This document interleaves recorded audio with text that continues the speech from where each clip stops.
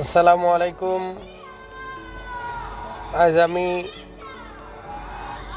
একটি ভারাক্রান্ত মন নিয়ে এবং বিজয়ের উল্লাস নিয়ে জাতির উদ্দেশ্যে আমি একটা গল্প বলতে চাই। গল্পটা হচ্ছে এভাবে যে এক রাজ্যে এক রাজা ছিলেন। ওই রাজা কোরআন শরীফ সম্পর্কে অনেক কিছু বুঝতেন এবং কোরআন শরীফের পাঠ করতেন।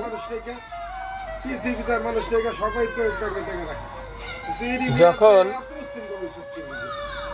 তিনি কোরআন শরীফের পড়তেছিলেন তখন একটা আয়াতে গিয়েছেন।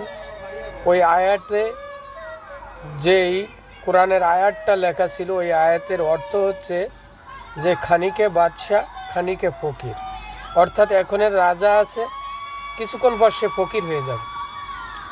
তখন উনি একটা মুস্কি হাসি দিয়ে বুঝাতে চেয়েছিলেন যে আল্লাহ রাব্বুল আলামিন এটা ভুল বলেছেন, যে আমি এত টাকা পয়সার মালিক, আমি এক মুহূর্তের ভিতর ফকির হয়ে যাব, এটা একটা ভুল ধারণা। তখন ওই রাজা এক রাজ্য থেকে আরেক রাজ্যে যাবে। তখন ওই রাজ্যের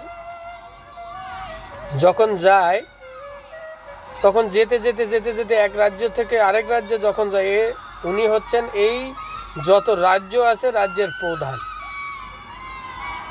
তখন উনি এই রাজ্য থেকে যখন ওই রাজ্যে যান, তখন যেতে যেতে সন্ধ্যা হয়ে গেছে ঘোড়ার পিঠে করে। যখন ঘোড়ার পিঠে করে যান তখন উনি ঘোড়াটা ক্লান্ত হয়ে গেছে। উনি কি করছেন, ওই ঘোড়াটাকে এক জায়গায় বেঁধে রেখে উনি শুয়ে আছেন একটা গাছের তলে। তখন ওই রাজ্যের ভিতরে একটা ঘোড়া চুরি হয়েছে, রাত্রে ঘোড়াটা চুরি হয়ে গেছে। এখনো ওই ঘোড়াটাকে খোঁজ করার জন্য রাতের অন্ধকারে মানুষ ছুটে ছুটে আসছে। ঠিক আল্লাহর কি কুদরত, যেই ঘোড়াটা হারিয়ে গেছে ওই রাজার ঘোড়াটা সেম ঘোড়ার মতোই চেহারা। তখন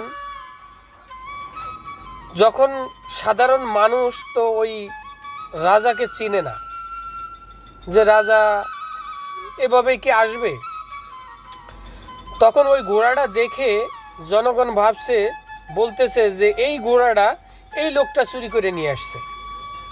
তখন কি করলো, সবাই মিলে মানুষ একসাথে মিলে ওই রাজা সাহেবের চোখ খুঁজে দিছে। যখন চোখটা খুঁজে দেয়, যখন মারপিট হয়, তখন তো চোরকে মারছে আর ঘোড়াটাকে নিয়ে গেছে। নিয়ে যাওয়ার পর এখন কি করলো, এখন মানুষ তো চলে গেছে ওনার চোখ খুঁজে দিয়ে। এখন উনি তো আর ওই রাজ্যও চিনে না, নিজের রাজ্যও চিনে না। যখন রোডের মাঝখানে পড়ে আছে, তখন না খেয়ে না দে, চোখে দেখে না, চোখ তো নেই। তখন সে কি করলো, আল্লাহ দে আল্লাহ দে ভিক্ষা করতে শুরু করলো। হঠাৎ করে ওই যেই রাজ্যে যেতে চেয়েছে, ওই রাজ্যে রাজার মেয়েকে পড়ানোর জন্য, কোরআন শরীফ পড়ানোর জন্য একটা মাস্টার খোঁজ করতেছে। তখন এই রাজা তো চোখ নেই, কিন্তু মানুষ তো চিনে না যে এই রাজা সব সময়ের জন্য কোরআন শরীফ পড়তো, কারণ উনি তো হাফেজ ছিলেন, কোরআন শরীফ পড়তো। তখন ওই সেনাপতি, ওই রাজ্যের সেনাপতি এসে বলতেছে যে ইনি তো ভালোই কোরআন শরীফ পড়তে পারে, কিন্তু ওই রাজ্যের রাজা ঘোষণা করছে যে যদি কোনো ভালো লোক পাওয়া যায় কোরআন শরীফ পড়তে পারে, এবং উনাকে আমার কাছে নিয়ে আসবেন, আনার পর আমি আমার মেয়ের শিক্ষক হিসেবে নিয়োজিত করব। তখন কানা, চোখে দেখে না, নিয়ে আসছেন উনারে। আনার পর রাজার সাথে ওই রাজার আর সাক্ষাৎ হয় নাই, উনাকে সরাসরি রাজার মেয়েকে কোরআন শরীফ পড়ানোর জন্য দিয়েছে। তখন উনি এভাবে মুখস্থ বিদ্যায় পড়াইতে যখন ওই মেয়ে দুটো বসে আছে, রাজার মেয়ে আর ইনি কোরআন শরীফ পড়াইতেছে, ওই সূরার কাছে গেছে যে খানিকে বাদশা খানিকে ফকির, অর্থাৎ এই মুহূর্তে রাজা আছে, কিছুক্ষণ পর সে ফকির হয়ে যাবে।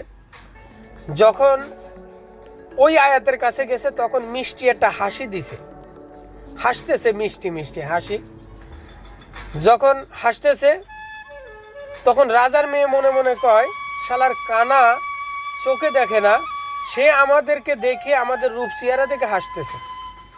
তখন ওই রাজার মেয়ে যে রাজার কাছে, রাজা সাহেবের কাছে, যে বাপের কাছে যে বিচার দিছে, আব্বা হুজুর আপনি যে মাস্টার নিয়োগ করেছেন, ওই মাস্টার আমাদেরকে দেখে পড়তেছে আর মিষ্টি মিষ্টি হাসতেছে, আমাদের পদ্মাভূষিতের অনেক ক্ষতি হচ্ছে। যখন এই কথাটা বলছে তখন রাজা সাহেব ঘোষণা করছে, কে আমার মেয়েকে দেখে হাসছে, আমি ওর ফাঁসি চাই, ওকে কতল করে ফেলবো। তখন সেনাপতিকে বলছে, ওকে গ্রেপ্তার করো, গ্রেপ্তার করে ওকে একটা রুমে রাখো, রাখার পর তুমি অমুক দিন ওকে গর্দান কতল করা হবে। যখন নিয়ে গেছেন তখন মারার আগে মানুষের ইচ্ছা আকাঙ্ক্ষার কথা শোনা হয়। তখন বলতেছে যে আপনি কেন হাসতেছেন, হাসলেন কেন, আপনার ইচ্ছাটা কি? তখন বলছে যে আপনাদের রাজাকে, বলতেছে যে রাজা আমি। তখন বলতেছে যে আমি অমুক রাজ্যের রাজা ছিলাম, আমি এই রাজ্যে আসার জন্য চেষ্টা করছিলাম, কিন্তু আমি কোরআন শরীফ পড়তাম, কোরআন শরীফের একটা আয়াতের মধ্যে লেখা আছে যে খানিকে বাদশা খানিকে ফকির। তখন আমি আল্লাহর রহস্য সম্পর্কে আমি একটা বিভ্রান্তির ভিতর ছিলাম যে আল্লাহ এটা ভুল বলছে, এই জন্য আমি একটা মিষ্টি হাসি দিছিলাম। কিন্তু আপনার মেয়েকে যখন পড়াইতে গেছি ঠিক ওই আয়াতের কাছে আমি গেলাম, যার পরে আমার ওই আয়াতের কথা আমার মনে পড়ছে যে খানিকে বাদশা খানিকে ফকির, না, আল্লাহর কথাটাই সত্য, যে এই মুহূর্তে আপনি রাজা আছেন, কিছুক্ষণ পর আপনি ফকির হয়ে যাবেন। তখন আমি হেসে দিয়েছি, এটা কি আমার অপরাধ? তখন রাজা সাহেব বলতেছে, আপনি রাজা? বলতেছে, হ্যাঁ আমি রাজা ছিলাম, আমি এই রাজ্যে আসার কথা ছিল অমুক তারিখে, আমি আসতে পারিনি, আমি আসছি অর্ধেক পথে আসার পরই সন্ধ্যা হয়ে যায়, আমি গাছের তলে শুয়ে পড়ছি এবং আমার ঘোড়াটাকে বেঁধে রাখছি। এই ঘোড়াটার মতোই একটা ঘোড়া ওই জায়গায় চুরি হয়েছে, জনগণ এসে ঘোড়া খোঁজ করতে করতে আমার ঘোড়াটাকে পাইছে সেম ঘোড়ার মতো, এই কারণে জনগণ আমাকে চোর ভেবে আমার চোখ দুটো খুঁচে দিয়েছে। আজ আমার এই খানিকে বাদশা, কিছুক্ষণ পরে আমি ফকির হয়ে গেলাম, দেখেন। তখনই ওনাকে জড়াই ধরে বলতেছে যে আপনি রাজা? বলতেছে হ্যাঁ। তখন বলতেছে যে আল্লাহর কথাটাই সত্য, যে ক্ষমতা চিরস্থায়ী থাকে না মানুষের, এই কারণে ক্ষমতার কখনো অপব্যবহার করতে নাই। আমাদের বাংলাদেশের মাননীয় প্রধানমন্ত্রী এই 14 বছর 16 বছরের ভিতরে অনেক অবৈধ কাজ করেছেন, অনেক নির্যাতন করেছেন, আজ মানুষেই তার প্রতিফলন ঘটিয়েছে যে গণতান্ত্রিক দেশে জনগণই এই গণতন্ত্রের মালিক, একটা রাষ্ট্রের প্রধানের মালিক। এই জন্য কখনোই আপনারা আপনাদের ক্ষমতার অপব্যবহার করবেন না, ক্ষমতার অপব্যবহার আল্লাহ রাব্বুল আলামিন কখনোই পছন্দ করেন না। এই জন্য আমি আজ আমার ভিতরের যেই মনোভাবটা আমি আপনাদের কাছে আমি তুলে ধরলাম। ওকে, আল্লাহ হাফেজ, আমার জন্য দোয়া করবেন। আসসালামু আলাইকুম রহমতুল্লাহি ওয়া বারাকাতুহু।